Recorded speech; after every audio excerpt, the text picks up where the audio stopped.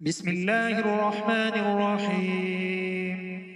تبارك الذي بيده الملك وهو على كل شيء قدير، الذي خلق الموت والحياة ليبلوكم أيكم أحسن عملا وهو العزيز الغفور، الذي خلق 7 سماوات طباقا ما ترى في خلق الرحمن من تفاوت فارجع البصر هل ترى من فطور ثم ارجع البصر كرتين ينقلب إليك البصر خاسئا وهو حسير.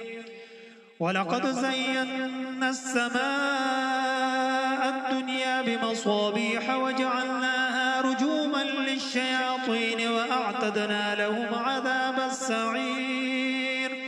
وللذين كفروا بربهم عذاب جهنم وبئس المصير.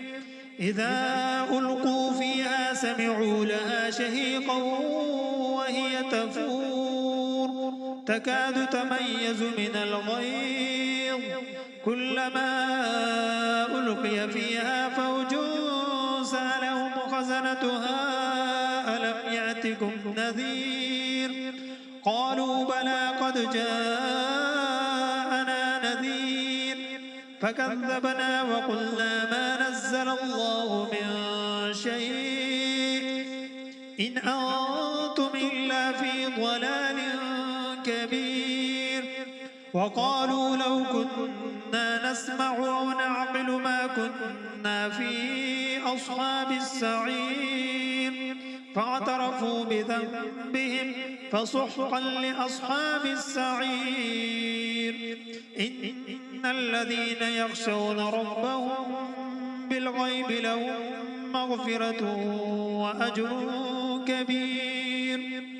وأسروا قولكم أو اجهروا به إنه عليم بذات الصدور ألا يعلم من خلق وهو اللطيف الخبير. هو الذي جعل لكم الأرض ذلولا فامشوا في مناكبها وكلوا من رزقه وإليه النشور. أأمنتم من في السماء أن يخسف بكم الأرض فإذا هي تمور أم أمنتم من في السماء أن يرسل عليكم حاصبا فستعلمون كيف نذير. ولقد كذب الذين من قبلهم فكيف كان نكير. أولم يروا إلى الطير فوقهم صافات ويقبض ما يمسكهن إلا الرحمن إنه بكل شيء بصير. أمن هذا الذي هو جند لكم ينصركم من دون الرحمن إن الكافرون إلا في غرور. أمن هذا الذي يرزقكم إن أمسك رزقه بل لجوا في عتو ونفور.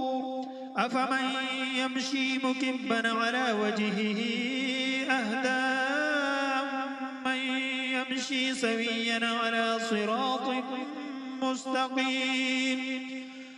قل هو الذي أنشأكم وجعل لكم السمع والأبصار والأفئدة قليلا ما تشكرون. قل هو الذي ذرأكم في الأرض وإليه تحشرون. ويقولون متى هذا الوعد إن كنتم صادقين. قل إنما العلم عند الله وإنما أنا نذير مبين. فلما رأوه زلفة سيئت وجوه الذين كفروا وقيل هذا الذي كنتم به تدعون.